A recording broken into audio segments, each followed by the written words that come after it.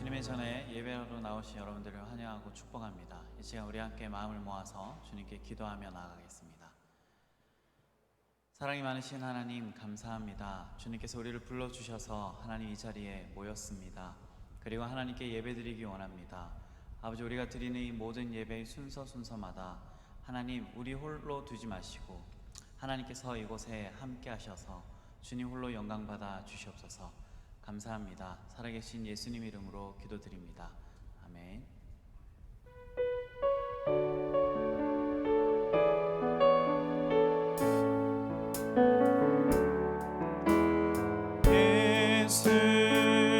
예수리 왕이여 이곳에 오소서.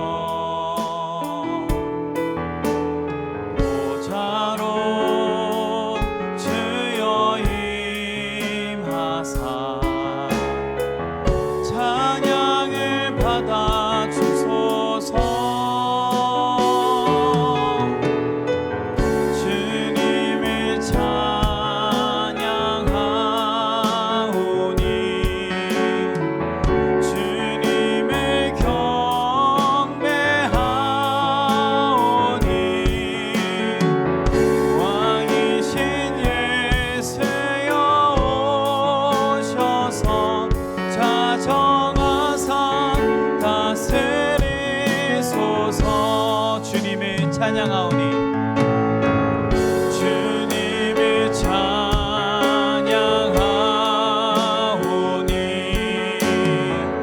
주님을 경배하오니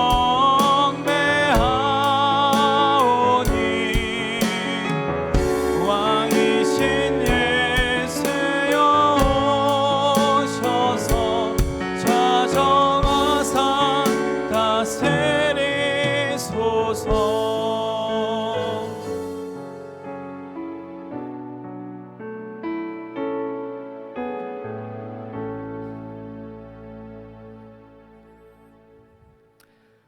사랑과 은혜가 풍성하신 하나님 아버지, 지난 한 주간 동안도 저희들을 하나님의 사랑과 은혜로 저희 삶을 인도하여 주심을 진심으로 감사드립니다. 하나님을 사랑하고 섬기는 온 세상의 성도들과 한국교회 주의 백성들의 예배를 기쁘게 받아 주시옵소서. 이 시간에 진실한 마음으로 하나님을 예배할 수 있게 하시고 가난한 마음으로 하나님의 말씀을 받을 수 있게 하여 주시옵소서. 또한 하나님을 예배하면서 하나님과의 거룩한 만남이 이루어지게 하시고 성도 간에도 성령의 교통하심을 따라 깊은 교제를 나눌 수 있게 하여 주시옵소서. 지난 한 주간 저희들이 하나님의 은혜에 합당하지 못한 삶을 살았다면 죄 씻음 받기를 원하여 회개하오니 긍휼을 베푸셔서 용서하여 주시옵소서. 시대가 악하여질수록 무엇보다도 저희 모두가 영적으로 민감한 삶을 살기를 원합니다. 하나님의 뜻을 밝힐 수 있는 영적인 능력을 허락하여 주시옵소서. 죄를 멀리하며 새 속에 물들지 않는 거룩한 삶을 살 수 있게 하여 주시고 하나님의 향기를 발할 수 있게 하여 주시며 하나님의 성품을 닮아갈 수 있는 삶이 되게 하여 주시옵소서. 현실을 바로 볼 수 있게 하시고 다가올 미래를 준비하는 지혜를 저희들에게 허락하여 주시옵소서. 기나긴 코로나와 장마, 폭우로 인해 대한민국의 백성들이 어려움을 겪고 있습니다. 한국교회가 건물 위주의 신앙을 벗어나 내 이웃과 내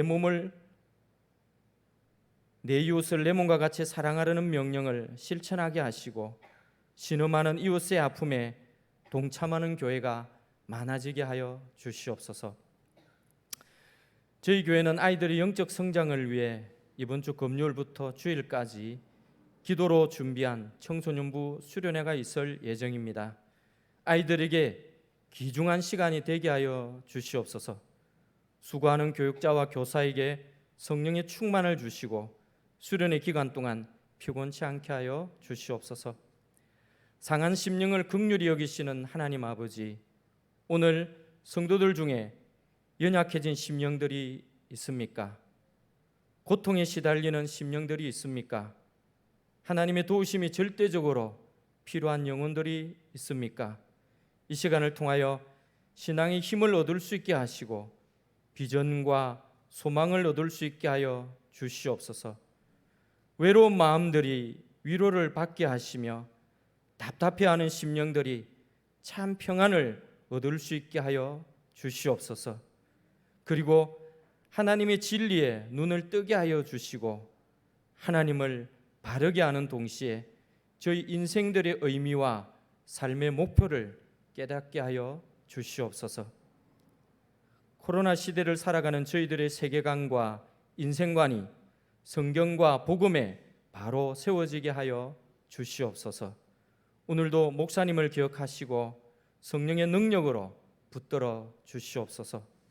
저희들이 기도할 때 홀로 두지 않으시고 두세 사람이 모이는 곳에 동참하여 힘을 주시는 예수님의 이름으로 기도하옵나이다. 아멘.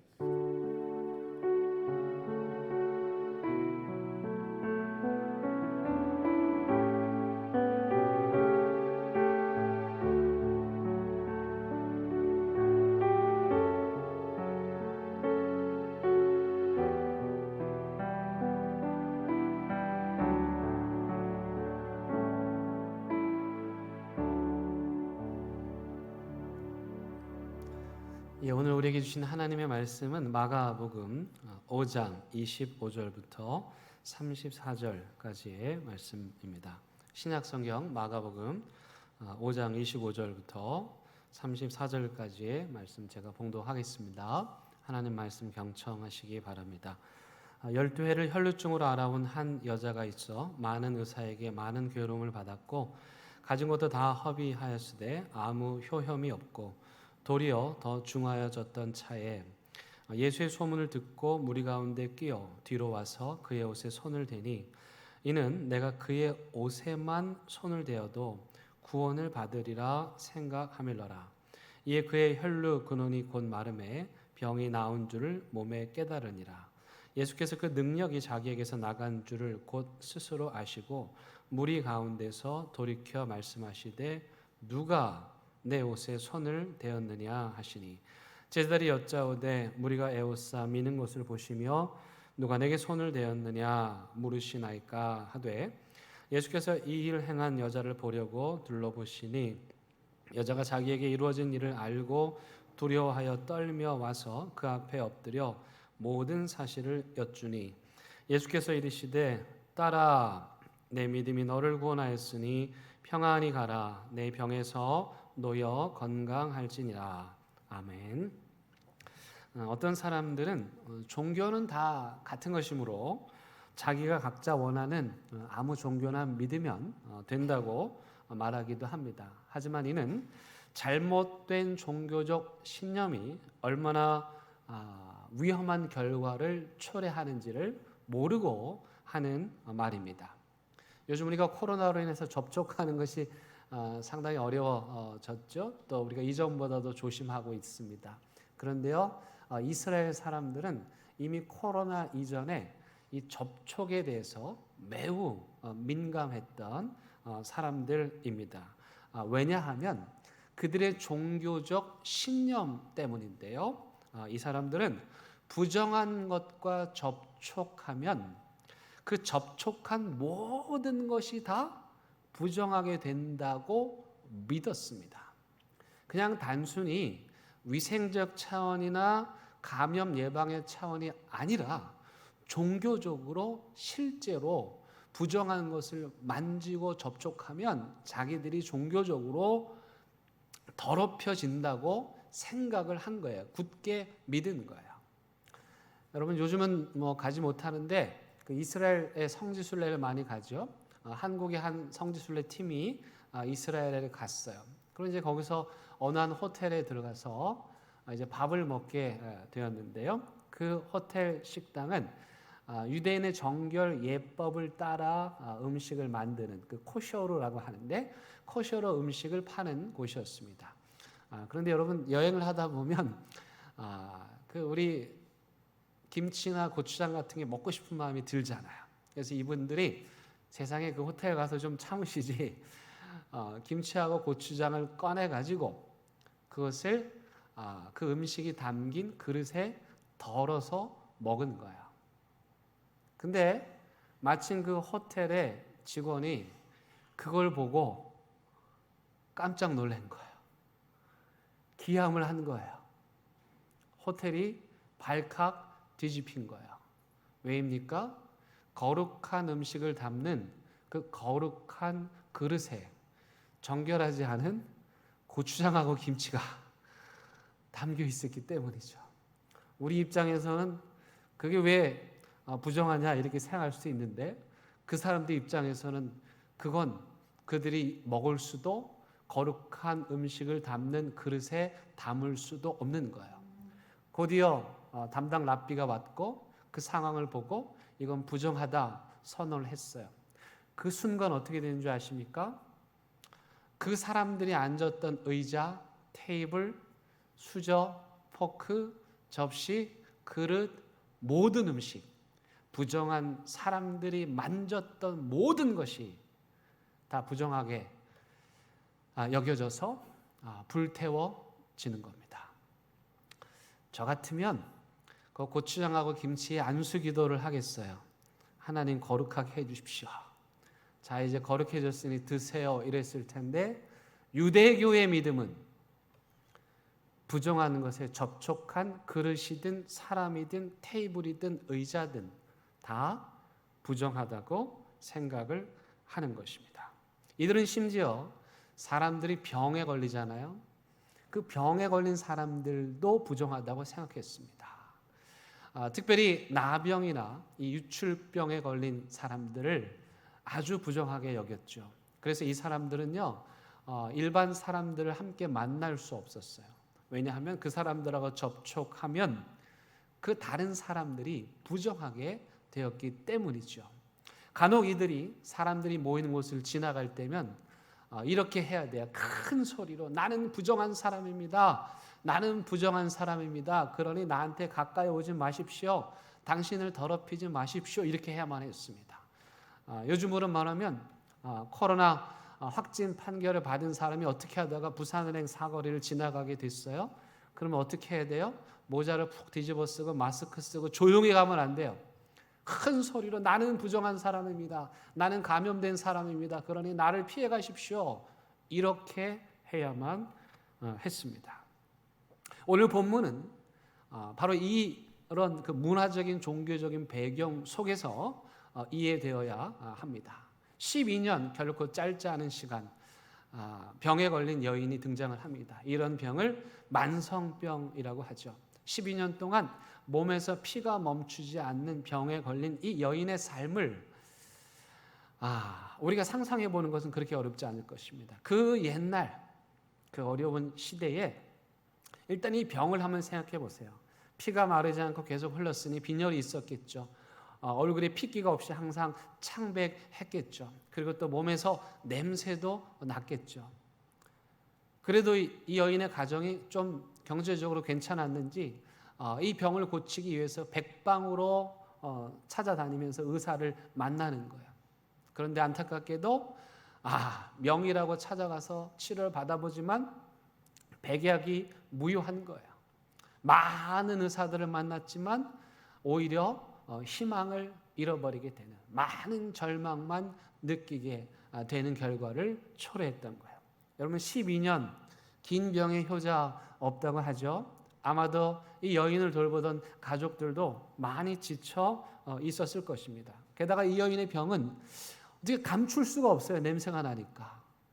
그래서 사람들을 만날 수 없는 모든 관계가 다 끊어져 버린 그런 마지막 희망은 종교인데 이들이 믿는 종교에서 이 병은 부정한 병이기 때문에 회당 즉 교회에도 갈 수가 없는 그야말로 사회적으로 또 인간적으로 또 종교적으로 사형당한 것이나 다름이 없는 그런 삶을 살고 있었습니다. 그런데 그녀가 오늘 예수님을 만납니다. 그리고 예수님의 옷에, 그 예수님의 옷자락에 손을 댑니다. 그때 어떤 일이 일어납니까? 12년 동안 그렇게 노력해도 되지 않던 이 여인의 병이 낫게 되는 겁니다.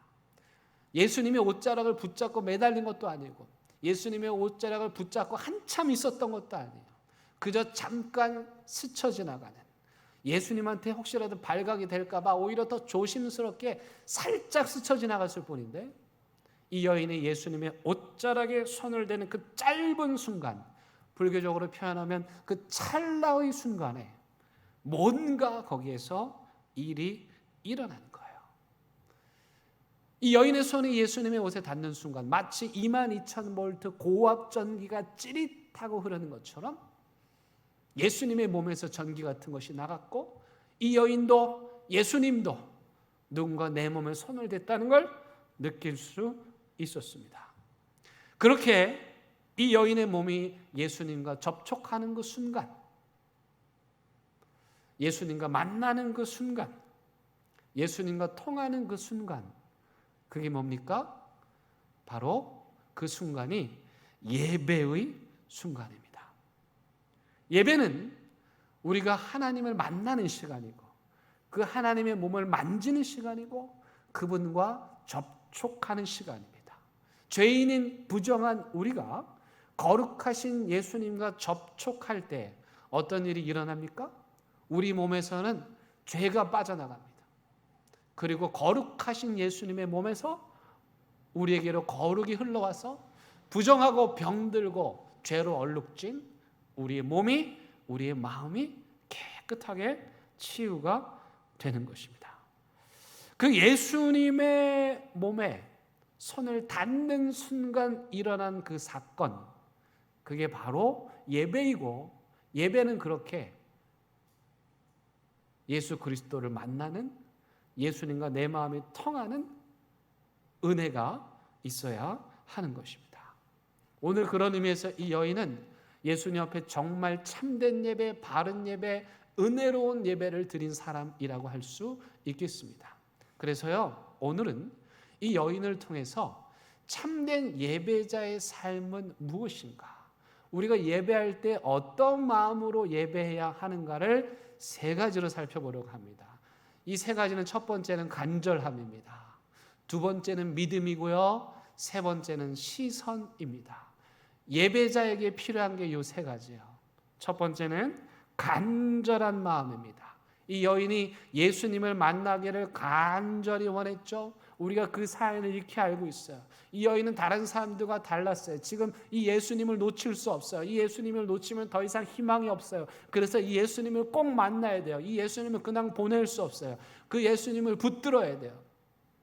그런 간절한 마음으로 예수님께서 이 여인이 예수님을 찾아갔습니다. 여러분, 이 간절함이, 이 간절한 마음이 여인으로 하여금 용기를 내게 만들었죠. 사실은 지금 이 상황은 예수님께 갈 수 없는 상황입니다.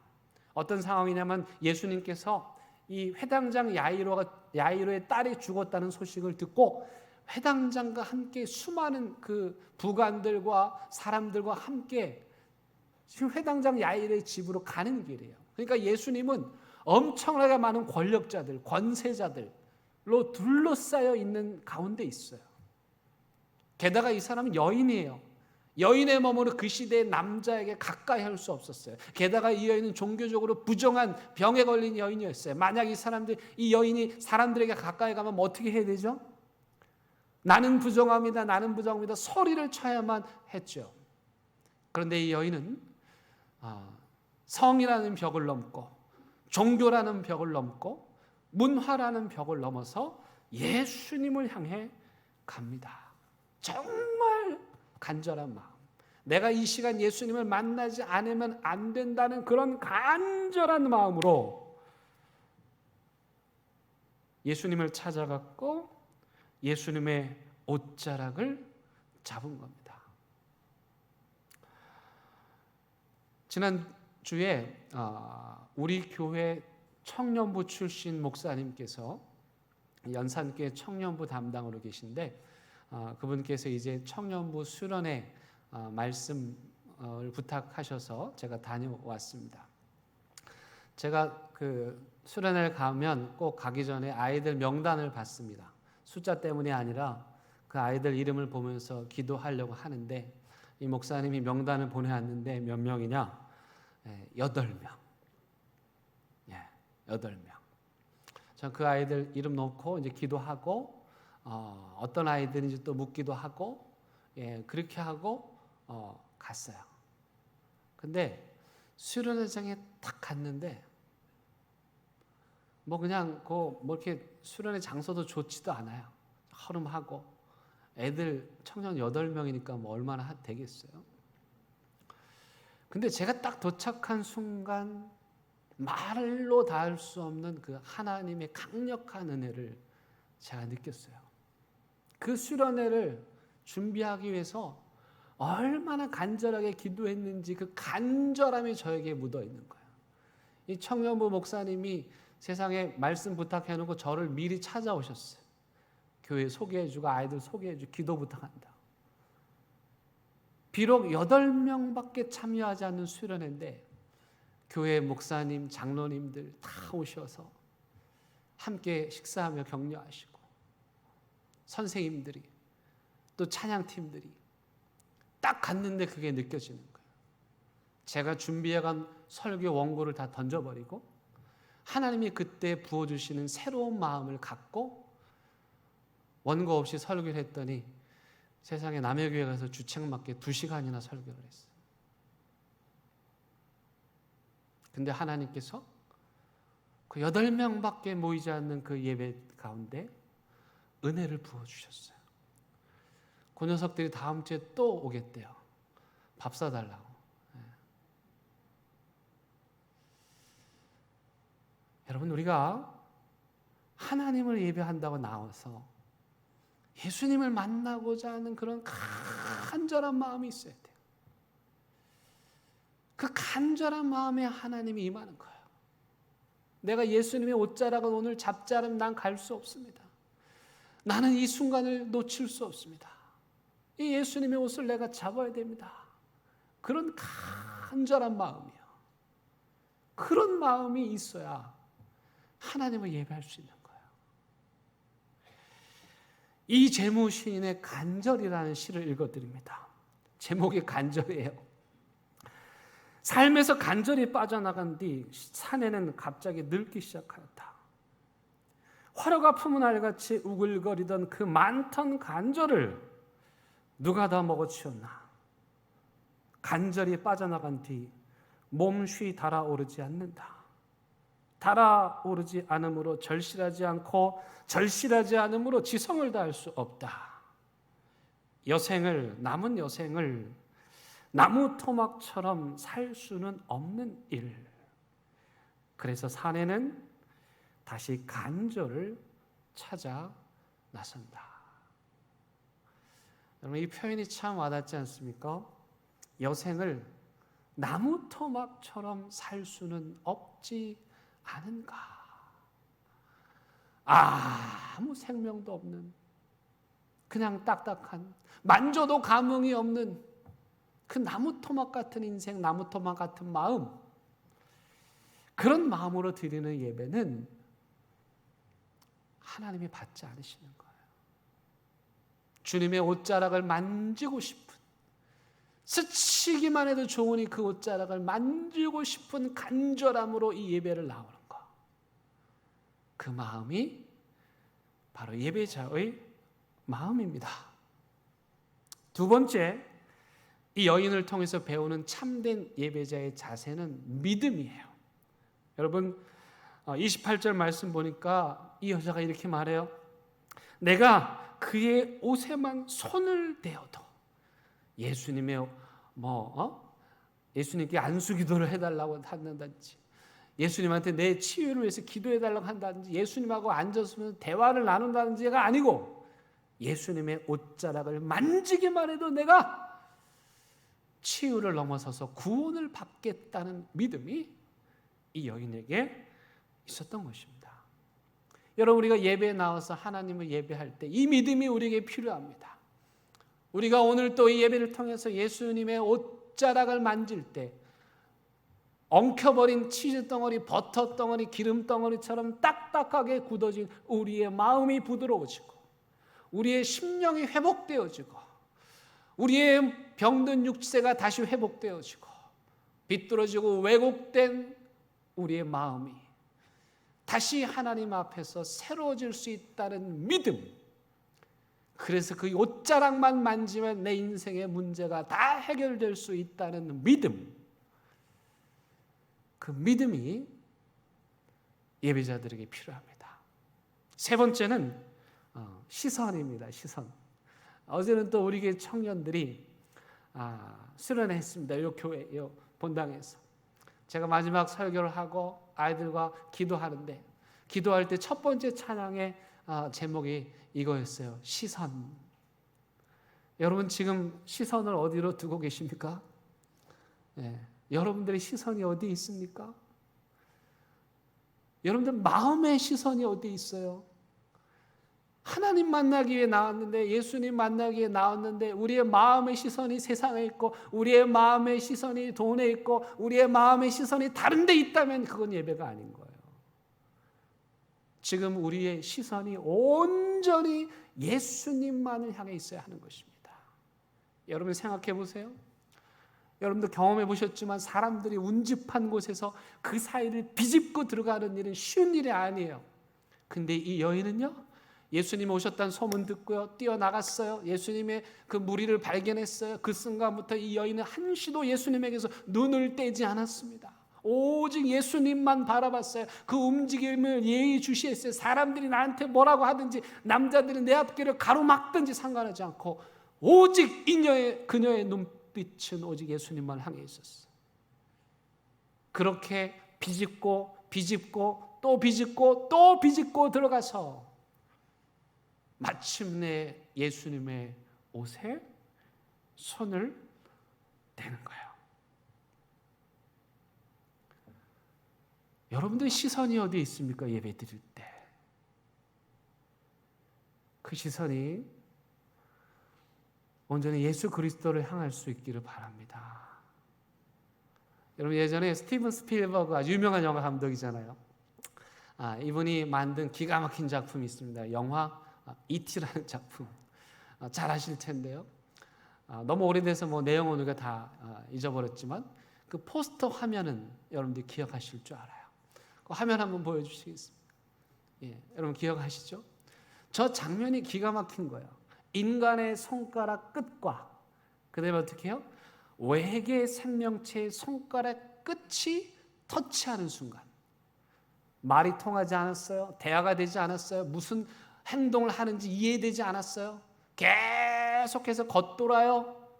그런데 이 스필버그가 말하고 싶은 건 뭐냐면, 저 그림에서 말하고 싶은 건 뭐냐면, 외계 생명체와 우리 인간이 찌릿하고 통할 수 있다.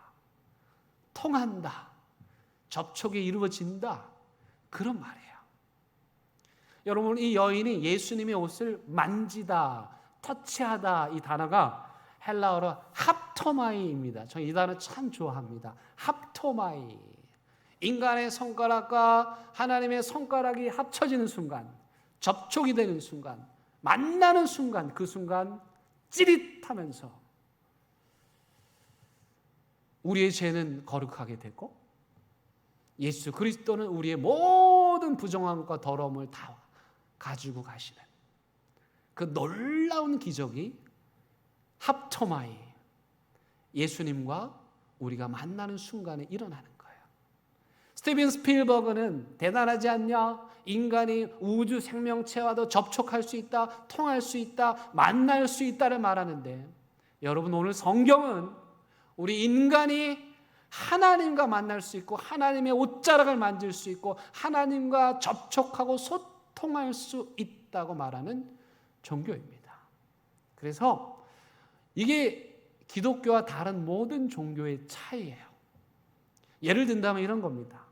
여러분 불교의 108번뇌라고 들어보셨죠? 이 108번뇌의 의미가 뭔지 아십니까? 뭐 여러 가지 설이 있는데 한마디로 말하면 인간 세상에서 번뇌가 끊이지를 않는다는 거예요. 먼저는 인간 안에 번뇌가 있대요. 그렇죠. 여러분 마음 안에 수많은 번민들이 일어나죠.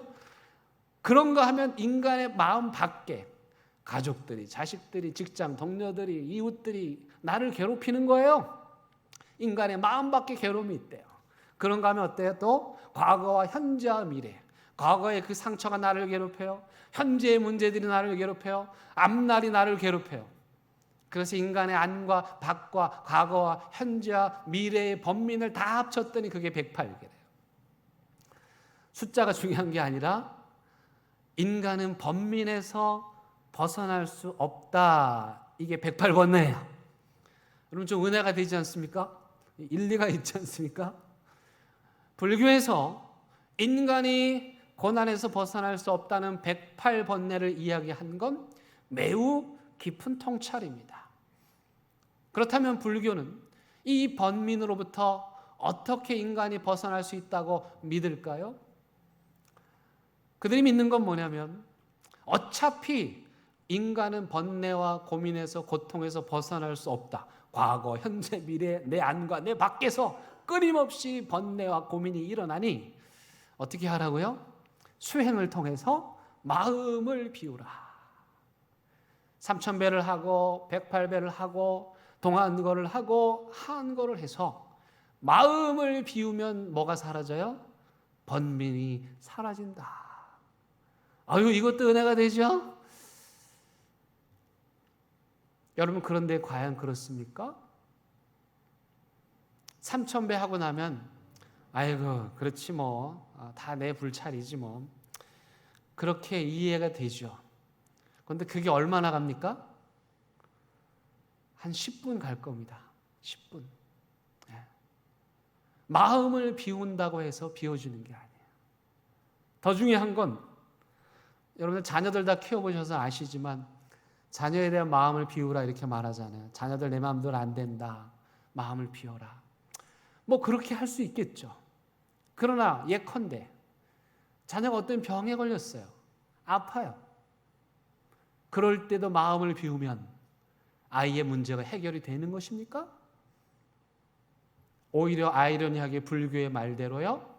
마음을 비우고 또 비워본들 인간의 번민이 안과 밖에서 과거와 현재와 미래에서 끊임없이 계속되는 거예요. 그렇다면 기독교가 말하는 구원은 무엇입니까? 기독교는 이 문제를 어떻게 말합니까? 오늘 이 여인을 통해서 이야기합니다. 기독교는 마음을 비우는 것도 아니고요. 우리가 무엇을 통해 가지고 이 문제를 번민을 해결하는 것도 아니고요. 기독교의 진리는 우리에게 이렇게 말합니다. 여러분들이 손을 뻗어서 예수 그리스도의 옷을 만지십시오. 그러면 그 순간에 예수님에게서 나오는 거룩함의 광채가, 그 거룩함의 영광이 우리를 치유해 주실 것이고 회복해 주실 것이고 몸의 질병이든 마음의 질병이든 영혼의 질병이든 깨끗하게 해주실 것이고 끝도 없이 우리를 괴롭히는 그 번민과 염려와 고뇌로부터 찌릿하고 전기가 통하는 예수님의 영광의 강체로 말미암아서 자유하게 될 것입니다. 이게 기독교의 복음입니다. 이처럼 예배란 바로 예수님의 옷을 만지는 것, 그래서 예수님과 통하는 전율을 느끼는 것, 그 예수님의 치유의 능력으로 내 삶을 다시 회복하는 것, 그게 바로 하나님이 원하시는 예배입니다. 그렇다면 예수님의 옷자락에는 도대체 뭐가 있길래, 어떤 영험한 능력이 있길래 예수님의 옷에 손을 댄 이 여인이 난 것입니까? 만약에 예수님의 그 옷에 신적 능력이 있는 것이라면 우리가 빨리 그 옷을 찾아야 되죠. 저라도 빨리 가서 그 옷을 찾아가지고 땅을 파든 굴을 파든 그 옷을 찾아가지고 가져가서 여러분 예수님의 옷입니다. 여기에 손을 대시면 다 낫습니다. 이래야 할 텐데. 근데 예수님의 옷은 어떤 옷이었죠? 백화점 VIP 룸에 가서 살 수 있는 그런 옷이었습니까? 아닙니다. 그 시대의 서민들이 입던 그냥 평범한 사람들이 입던 그냥 거적대기 같은 거예요. 둘둘둘 말아서 끈 하나 질끈 묶으면 그게 옷이에요. 근데 어떻게 예수님의 옷에서 이런 치유의 능력이, 기적이 나타날 수 있었습니까? 여러분 한번 상상해 보세요. 예수님의 옷에 뭐가 묻어 있었을까요? 예수님의 옷에는요, 눈물이 묻어 있었어요. 그 시대의 가장 가난한 사람들, 그래서 하루도 눈물 없이 살 수 없는 인생들, 그런 사람들 눈물 닦아주느라고 예수님의 옷에 눈물이 묻어 있었어요. 그런 사람들 바라보면 예수님은 너무 가슴이 아파서 우시느라고 예수님의 눈물이 그 옷에 젖어 있었어요. 그렇게 통곡하며 울고 고통당하고 아파하는 인생들 눈물, 콧물 닦아준 옷, 하루도 피 흘리는 고난이 없이 살 수 없는 인생들의 그 고통을 닦아주느라고 그 예수님의 옷에는 눈물과 콧물과 피가 범벅이 되어 있었죠.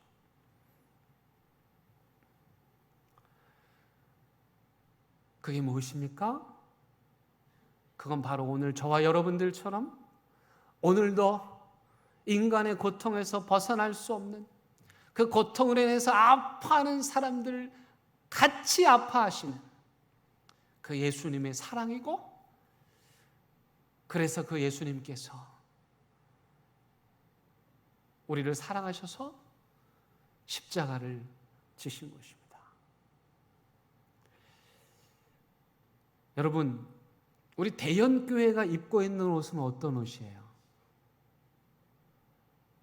우리 대연교회가 입고 있는 옷은 어떤 옷이에요?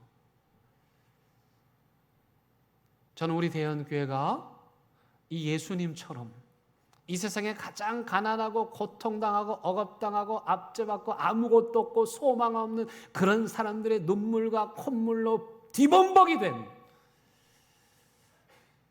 그런 옷이기를 바랍니다. 그런 사람들을 함께 아파하는 우리의 눈물과 콧물이 배어있는 그런 옷이기를 바랍니다. 어떻게 가능할까? 우리가 매 예배 때마다 그 예수님의 옷자락을 만질 때, 그때 우리의 입은 옷이 예수님의 옷처럼 비록 콧물 냄새, 땀 냄새로 젖어 있지만 이 땅에 아픈 사람들 치유하고 회복하는 그런 신적 능력을 가진 거룩한 옷이 될 줄로 믿습니다. 여러분, 그런데요, 아픈 건, 너무 슬픈 건 오늘 이 시대의 교회가 입고 있는 옷이 이런 옷이 아니에요. 교회들이요, 이런 옷을 언제부턴가 벗어버리기 시작했어요. 그리고 비싸고 화려한 옷을 입기 시작하는 거예요. 아유, 말은 안 하지만 아우, 저런 사람은 우리 교회에 안 왔으면 좋겠는데, 저런 옷을 입고 저런 화장을 하고 저런 행색을 한 사람들은 우리 교회에 좀 안 왔으면 좋겠는데, 아니 몸도 불편한데 왜 우리 교회에 왔대? 사회적 불가촉 천민 취급하면서 적당한 수준이 있는, 적당한 품위를 갖춘 옷을 입은 사람들만을 환영하는 교회,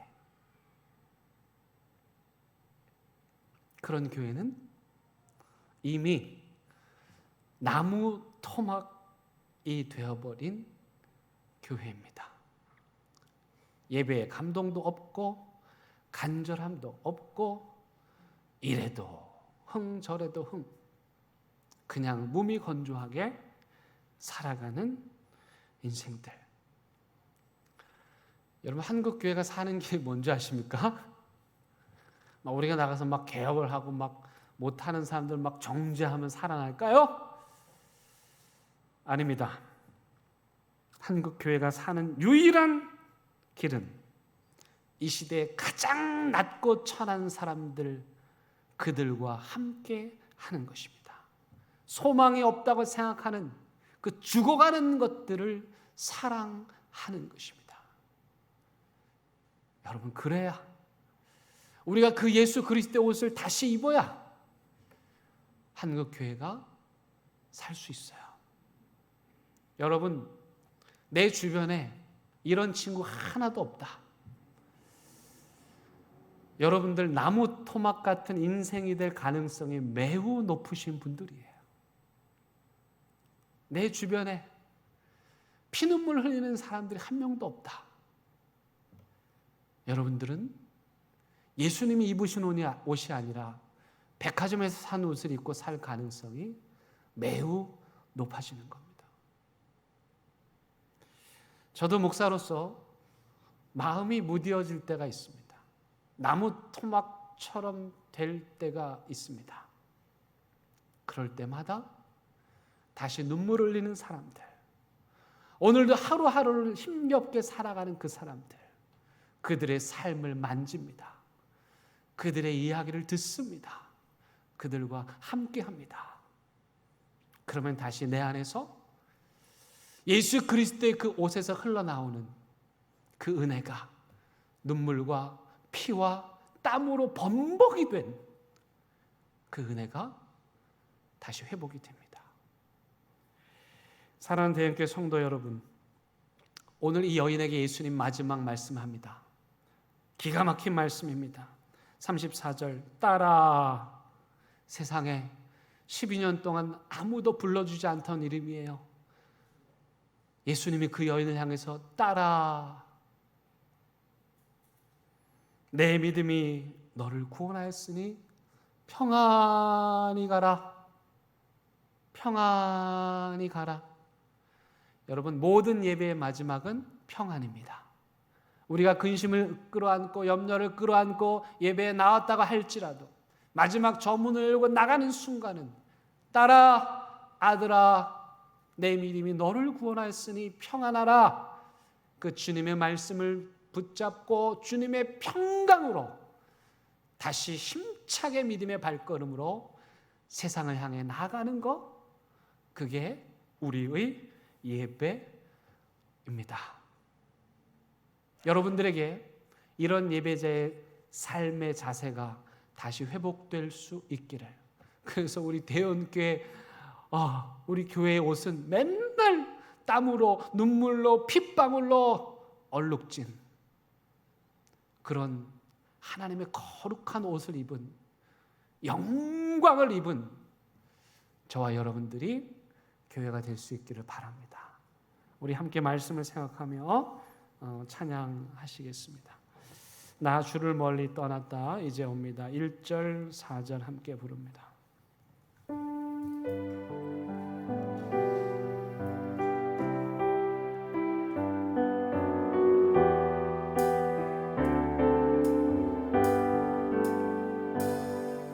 나 주를 멀리 떠났다 이제 옵니다. 나 죄의 길에 시달려 주여 옵니다. 나 이제 왔으니 내 집을 찾아 주여 나를 받으사 맞아주소. 이 병든 맘을 고치렴.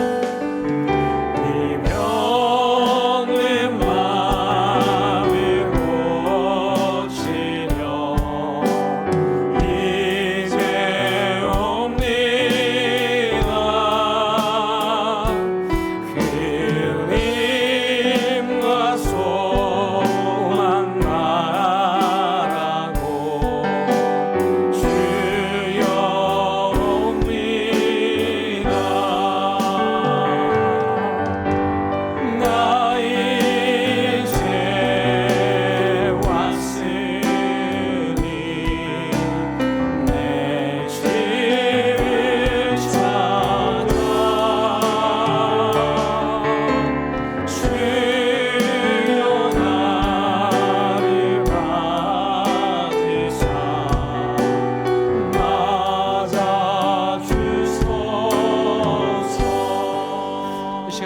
기도하겠습니다. 우리가 이 여인처럼 예수님을 향한 간절한 마음, 믿음, 그리고 예수님께 한시도 눈을 떼지 않은 우리의 시선, 그 마음으로 예배할 수 있게 해주십시오. 예배자의 마음을 다시 회복하게 해주십시오. 우리 유대인들처럼 비본질적인 것에 마음 뺏기지 않게 해주시고, 예수님과 만나는 찌릿하고 통하는 주님의 거룩함이 우리의 죄를 압도하는, 우리의 질병을 치유하는, 우리의 고통을 회복시키는 그런 능력을 날마다 체험하는 예배, 그런 예배자 되게 해달라고 우리 간절한 마음으로 기도하겠습니다.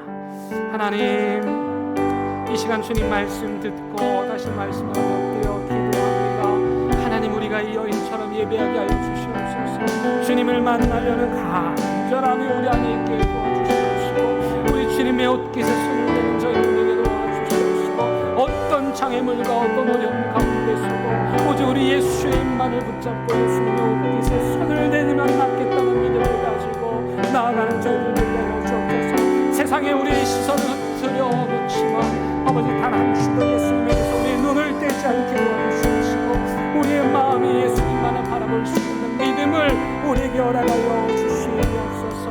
그런 치유의 예배, 능력의 예배, 예수님보다 우리가 전기가 통하는 예배, 성령의 은혜를 체험하는 예배 되게 하여 주시옵시고, 버터처럼 우리 기름처럼 딱딱하게 굳어져버린 우리의 마음 예배를 통해 회복되게 하여 주시옵소서. 주님, 이 시간 우리에게 예배자의 마음을 회복케 하여 주시옵소서.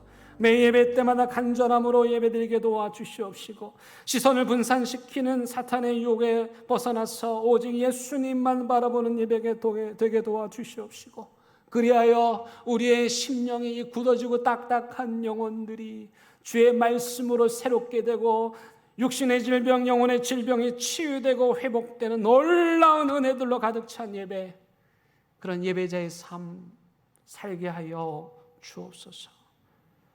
예수님의 이름으로 기도드립니다.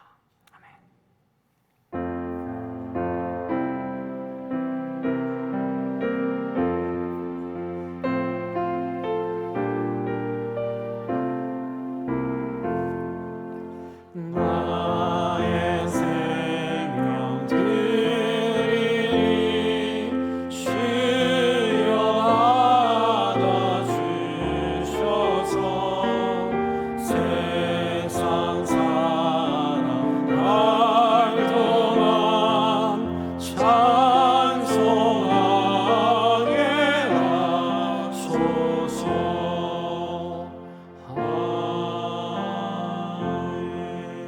하나님, 이 시간 주님 앞에 귀한 예물 올려드립니다.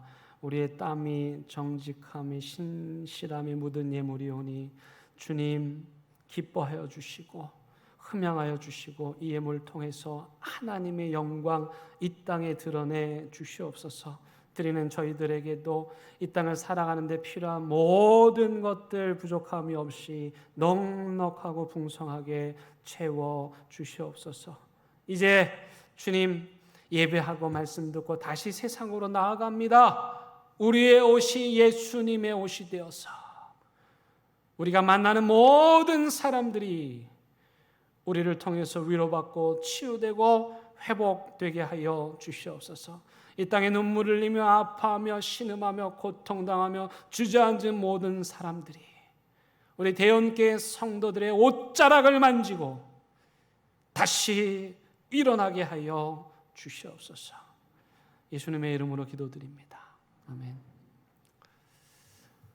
예, 한 주간 평안하셨죠? 우리 함께 인사 나누시겠습니다. 잘 오셨습니다. 우리 반갑습니다. 우리 광고하도록 하겠습니다. 우리 교회는 코로나 사태로 인해서 온라인 오프라인 예배를 드리고 있고요. 방역 수칙을 철저하게 지키며 모임을 갖고 있습니다. 여러분, 근간에 또 수도권의 어떤 교회들에서 코로나 감염이 일어났는데요.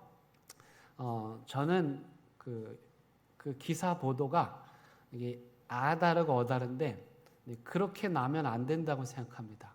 교회에서 확진자 발생 그러면 안 되고, 방역 수칙을 어긴 교회에서 확진자 발생 이래야 맞아요. 방역 수칙을 어기면 교회든 어디든 다 감염이 되는 거죠.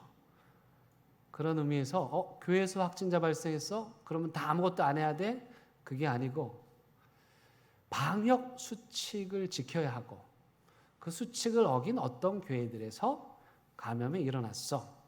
이렇게 기사를 쓰는 게 맞는데 지난번에도 말씀드렸지만 기자분들이 제 말을 잘 안 들으셔가지고 그러나 여러분들은 그렇게 이해하시고요. 합리적인 사고죠. 상식적 판단이에요.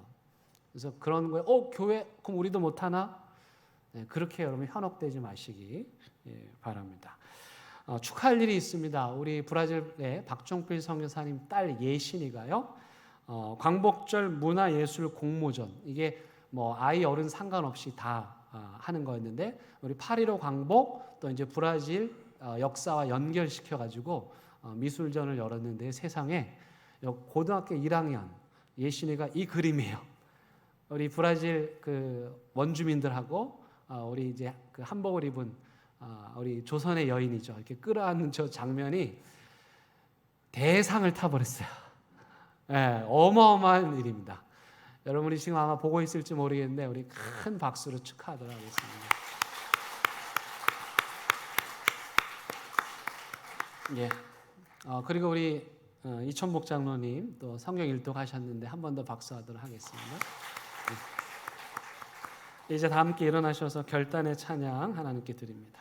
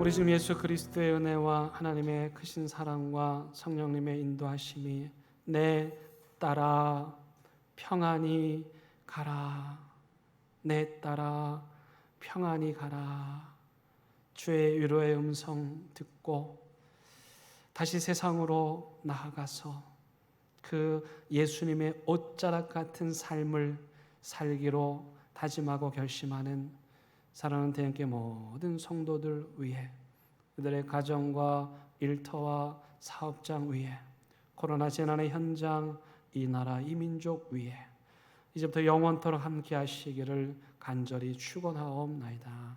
아멘.